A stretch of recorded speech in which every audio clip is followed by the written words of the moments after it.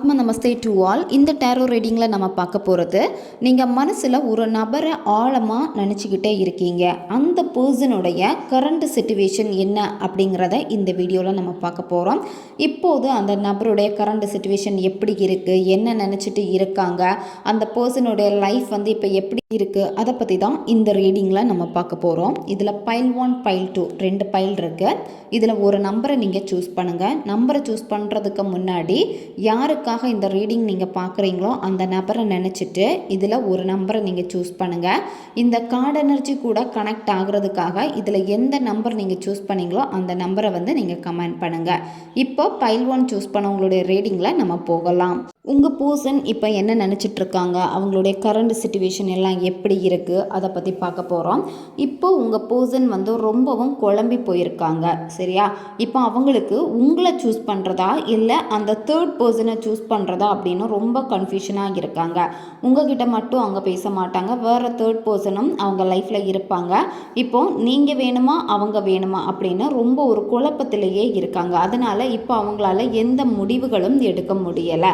உங்கள் பர்சன் இப்போ சில பிரச்சனைகளில் இருக்காங்க. அதாவது இப்போ இந்த லவ் ரிலேட்டடில் நீங்கள் சில பிரச்சனைகள் பண்ணியிருக்கீங்க, தேர்ட் பர்சனால் சில பிரச்சனைகள் வந்திருக்கு. இப்படி 2 பக்கத்தில் இருந்தும் பிரச்சனைகள் உங்கள் பர்சனுக்கு வந்திருக்கு. அதனால் இப்போ உங்கள் பர்சன் உங்ககிட்டையும் பேசுகிறது கிடையாது, அந்த தேர்ட் பார்ட்டிக்கிட்டேயும் பெரிய அளவுக்கு பேச்சுவார்த்தைகள் இல்லாமல் தான் இருக்குது. ஆனால் இப்போ அவங்க முடிவுகள் எடுக்கணுமே, அந்த ஒரு சிச்சுவேஷனில் தள்ளப்பட்டிருக்காங்க. உங்களை சூஸ் பண்ணுறதா இல்லை அவங்கள சூஸ் பண்ணலாமா அப்படின்னு இருக்காங்க. சில நேரத்தில் பார்த்தீங்கன்னா உங்கள் கூட இருந்த அந்த பழைய நினைவுகள் எல்லாமே உங்கள் நபருக்கு வர ஆரம்பிக்குது. அதாவது நீங்கள் பெஸ்ட்டான ஒரு பர்சனாக இப்போ உங்கள் பர்சனுக்கு தெரியுறீங்க. இருந்தாலுமே பார்த்தீங்கன்னா உங்கள் நபர் உங்ககிட்ட வர்றதுக்கு ரெடியாக இல்லவே இல்லை. ஏன்னா அங்கே ஒரு தேர்ட் பர்சன் இருக்கிறதுனால இப்போ உங்களை சூஸ் பண்ணால் அதுலேயும் ஒரு பிரச்சனை வரும் அப்படின்னு சொல்லிட்டு தான் இப்போ இக்கட்டான சிச்சுவேஷனில் இந்த நபர் இருக்காங்க. உங்ககிட்ட பேசிட்டு இருக்கிறப்பவே அந்த தேர்ட் பர்சன்கிட்டையும் பேசிட்டு தான் இருந்திருக்காங்க. உங்ககிட்ட அதை மறைச்சிருக்காங்க. நாளடைவில் நீங்கள் கண்டுபிடிச்சிருக்கீங்க. இந்த ஒரு சிச்சுவேஷன் எல்லாமே வந்ததுக்கப்புறமா நீங்கள் அந்த பர்சனை இன்னமும் அதிகமாக லவ் பண்ணிக்கிட்டே தான் இருக்கீங்க. அதாவது இந்த லவ் ஸ்டார்டிங் இருந்ததை விடையுமே இந்த தேர்ட் பர்சன் வந்ததுக்கப்புறமா உங்களுக்குள்ளாடி ஒரு பயம் வந்திருக்கு. உங்கள் லவ்வை இன்னும் நான் எப்படி ஸ்ட்ராங் பண்ணுறது, அதுக்கான முயற்சிகள் நீங்கள் எடுத்திருக்கீங்க. உங்கள் லவ் ஸ்ட்ராங் அப்படிங்கிறதையும் உங்கள் பர்சனுக்கு புரிய வச்சுருக்கீங்க. இருந்தாலுமே இந்த இடத்துல பார்த்தீங்கன்னா உங்களுடைய லவ்வை விடையுமே தேர்ட் பர்சனுடைய லவ்வுக்கு உங்கள் பர்சன் வேல்யூ அதிகமாக கொடுத்துருக்காங்க. இப்போ அந்த தேர்ட் பர்சன்னால தான் பிரச்சனைகளும் வந்திருக்கு. பிரச்சனையிலே மாட்டிக்கிட்டு இப்போ உங்கள் பர்சன் இருக்காங்க. இப்போ உங்கள் கூட இருந்த பாஸ்ட் லைஃப் பற்றி எல்லாமே யோசிக்கிறாங்க. ஹாப்பியான ஒரு லைஃப் வாழ்ந்துட்டு இருந்தோமே அப்படின்னு சொல்லிட்டு, அழகான ஃபேமிலி இருந்துச்சு, இந்த மாதிரி தான் அவங்க நினச்சிட்டே இருக்காங்க. இப்போ உங்களுக்கு மேரேஜ் ஆயிருந்துச்சு அப்படின்னா, உங்களுக்கு பேபி இருக்குன்னா அந்த நினைவுகள் திருப்பி திருப்பி அவங்களுக்கு வந்துக்கிட்டே இருக்குது. நான் இதை மிஸ் பண்ணிட்டேனே அந்த ஒரு உணர்வும் அவங்களுக்கு இருக்குது. ஆனால் அவங்களுடைய மனசு சொல்லுது, பட் அவங்களால அதை ஏற்றுக்க முடியலை. அதாவது உங்களை ஏற்றுக்கணுமா அந்த ஒரு மைண்ட் செட்டுக்கு அவங்க இல்லை. பட் இருந்தாலுமே சில கனவுகளில் உங்களுடைய எண்ணங்கள் அந்த நபருக்கு அதிகமாக வருது. சரியா? இப்போ நீங்கள் கூட தூங்குறப்ப கூட உங்கள் பர்சனை பற்றி கனவுகள் காண்பீங்க. அந்த கனவு பார்த்திங்கன்னா பேடாக இருக்காது. கனவுகள் எல்லாமே நல்ல கனவுகளாக இருக்கும், ரொம்ப பாசிட்டிவான கனவுகளாக இருக்கும். அதே மாதிரி தான் உங்கள் பர்சனுக்கும் சில கனவுகளில் நீங்கள் தெரிகிறீங்க. அப்படி தெரிஞ்சாலுமே அந்த உணர்வுகளை எல்லாத்தையுமே கண்ட்ரோல் பண்ணுறாங்க உங்கள் பர்சன். இப்போ காலையில் எந்திரிச்ச உடனேயே உங்கள் தாட் வந்தாலுமே அதை கண்ட்ரோல் பண்ணுறாங்க. சரியா? கண்ட்ரோல் பண்ணிவிட்டு அவங்க அடுத்த வேலை என்னதோ அதை தான் செய்கிறாங்களே தவிர உங்ககிட்ட அவங்க வரணுங்கிற முயற்சிகள் இன்னும் உங்கள் பர்சன் எடுக்கலை. இப்போ அந்த தேர்ட் பர்சன் இங்கே இன்வால்வ் ஆகிருக்கிறதுனால உங்களை பற்றி பெரிய அளவுக்கு யோசிக்கிறதுக்கான டைம் கூட இல்லாமல் இருக்கு. உங்களுக்கு உங்கள் பர்சனுடைய நினைவுகள் அதிகமாக வந்துக்கிட்டே இருக்குது. இப்போ கொஞ்ச நாள் ரொம்ப அதிகமாக உங்கள் பர்சனை திங்க் பண்ண ஆரம்பிச்சிருக்கீங்க. அந்த திங்கிங் எல்லாமே எப்படி இருக்குன்னா, நீங்களும் அந்த பழைய நினைவுகளோடு தான் வாழ்ந்துக்கிட்டே இருக்கீங்க. அப்போ நாங்கள் சந்தோஷமாக இருந்தோமே, இந்த மாதிரி ஆயிடுச்சு அப்படின்னு சொல்லிட்டு அந்த ஒரு ட்ரீமுக்குள்ளாடி தான் நீங்களும் இப்போ இருந்துக்கிட்டே இருக்கீங்க. இதில் என்னன்னா உங்கள் பர்சன் உங்களை ரொம்ப டாமினேட் பண்ணுவாங்க. இப்போ நீங்கள் இறங்கி போகிற மாதிரி இருந்தாலும் உங்கள் நபர் சீக்கிரமாக உங்களுக்கு இறங்கி வர மாட்டாங்க.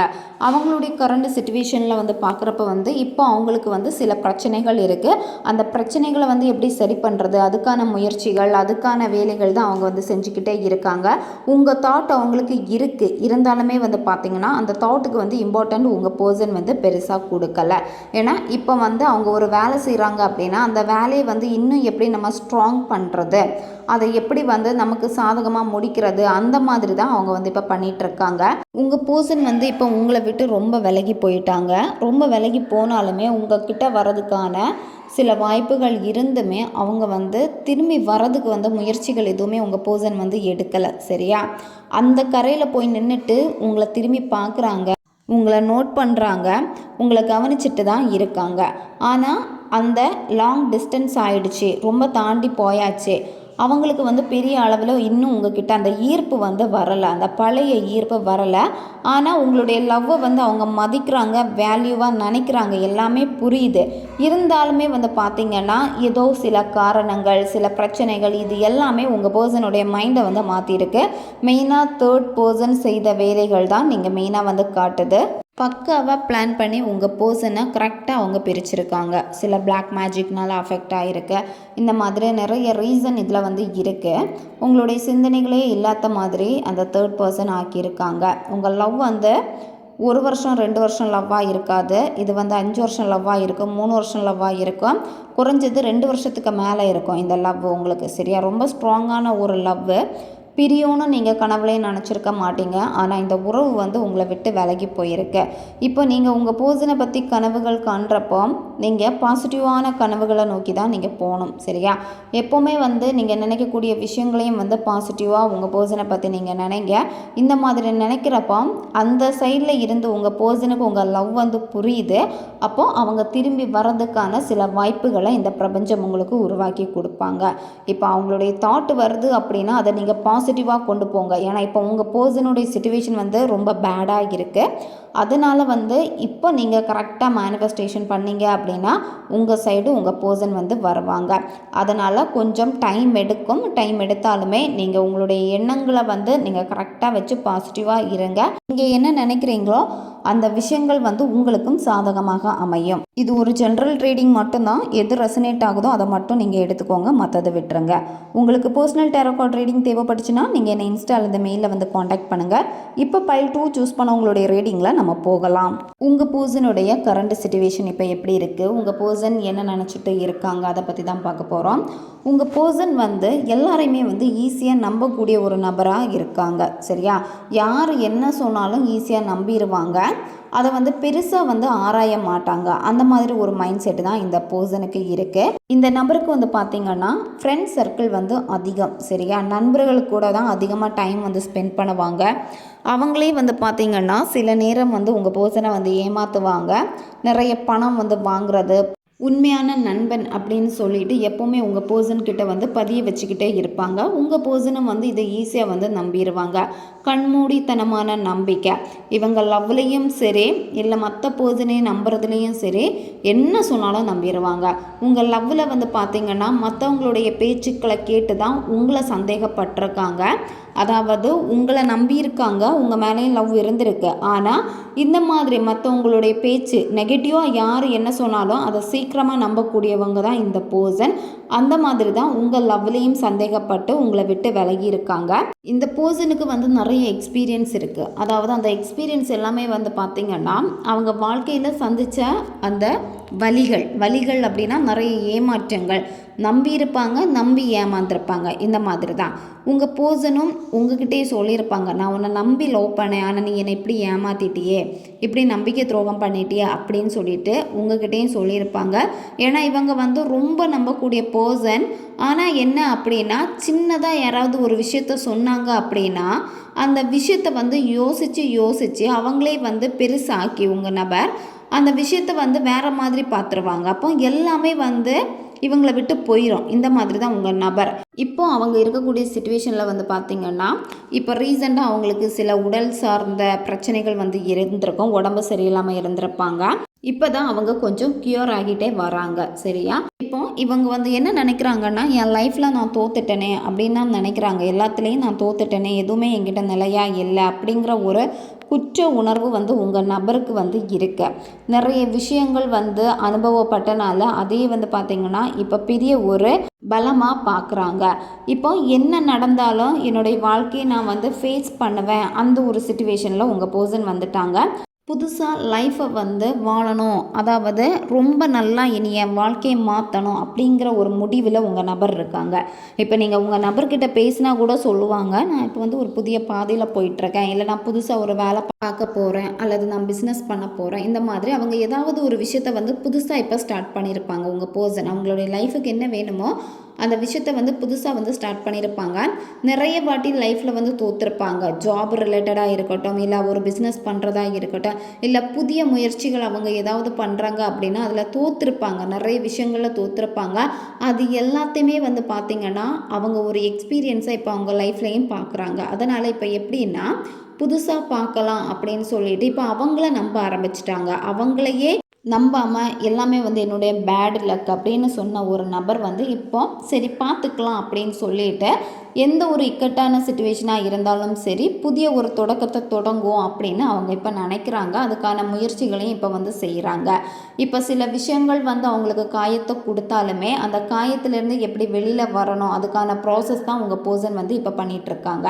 நிறைய பேர் வந்து இவங்களுக்கு முன்னாடி நல்லா பேசிட்டு பின்னாடி வேறு விதமாக பேசுவாங்க. இது எல்லாமே உங்கள் பர்சனுக்கு தெரிஞ்சிருக்கு, உங்களுக்கும் தெரிஞ்சிருக்கு உங்கள் நபரை பற்றி மற்றவங்க வந்து தப்பாக பேசிகிட்டு இருக்காங்க அப்படின்னு. நீங்களும் உங்கள் நபரை வந்து நம்பியிருக்கீங்க. ஆனால் உங்களுக்கும் சில நேரத்தில் வந்து தடுமாற்றங்கள் வந்திருக்கு. உங்கள் பர்சன் மேலே இருந்த நம்பிக்கை வந்து பார்த்திங்கன்னா குறைஞ்சிருக்கு. சில நேரம் சந்தேகங்கள் உங்களுக்கும் உங்கள் நபர் மேலே வந்திருக்கு. இந்த மாதிரி தான் 2 பேருக்கு இடையிலுமே இந்த ஒரு பிரச்சனை வந்து இருந்திருக்கு. சரியான ஒரு அண்டர்ஸ்டாண்டிங் இல்லாமல் இருந்திருக்கு.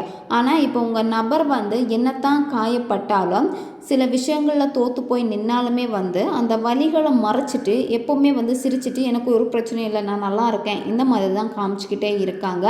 ஆனால் அவங்களுக்குள்ளாடி வந்து அந்த வலிகள் இருக்குது. இருந்தாலுமே இப்போ என்ன அப்படின்னா அவங்க கொஞ்சம் தனியாக இருக்கணும்னு நினைக்கிறாங்க. உங்கள் பர்சன் தனியாக இருக்கணும், தனியாக இருக்க தான் அவங்களுடைய லைஃப்பை பற்றி அவங்க தெரிஞ்சுக்கணும். இந்த மாதிரி கொஞ்சம் தனிமை விரும்பியாக இப்போ இருக்காங்க.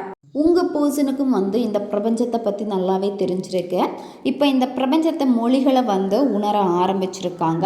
இப்போ இவங்க வந்து லைஃப்பில் அடுத்த கட்டம் என்ன பண்ணலாம் அதுக்கான சில முயற்சிகள் அதுக்கான யோசனைகள் வந்து இப்போ பண்ணிகிட்ருக்காங்க.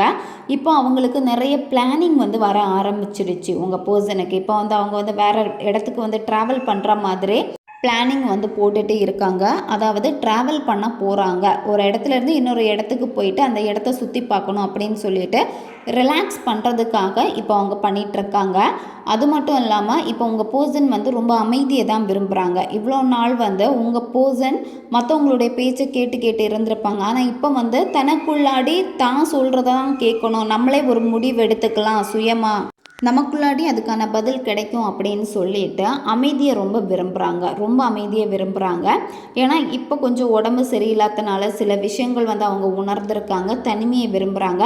உங்ககிட்ட கூட பெரிய அளவுக்கு பேச மாட்டாங்க. ஏன்னா கொஞ்சம் தனிமையில் இருக்கணும், நிறைய ஐடியாஸ் வருது அவங்களுக்கு. இப்போ தான் கொஞ்சம் யோசிக்க உங்கள் பர்சன் வந்து ஆரம்பிச்சிருக்காங்க. இதுதான் பைல் 2 சூஸ் பண்ண உங்களுடைய ரீடிங். இது ஒரு ஜென்ரல் ரீடிங் மட்டும்தான். இதில் உங்களுக்கு எது ரெசனேட் ஆச்சோ அதை மட்டும் எடுத்துக்கோங்க, மற்றதை விட்டுருங்க. உங்களுக்கு பர்சனல் டேரோ கார்டு ரீடிங் தேவைப்பட்டுச்சுன்னா நீங்கள் இன்ஸ்டா அல்லது மெயிலில் வந்து காண்டாக்ட் பண்ணுங்கள். உங்களுக்கு டேரோ கார்டு ரீடிங் கற்றுக்கணும், நீங்களும் நல்ல ஒரு டேரோ கார்டு ரீடராக மாறணும்னு நினைக்கிறீங்கன்னா நாங்கள் கிளாஸஸ் எடுத்துகிட்டு இருக்கோம். இன்ஸ்டா அல்லது மெயிலில் வந்து காண்டாக்ட் பண்ணுங்கள், டீட்டெயில்ஸ் கொடுப்பாங்க. அடுத்த ஒரு வீடியோ பதிவில் சந்திக்கலாம். நன்றி.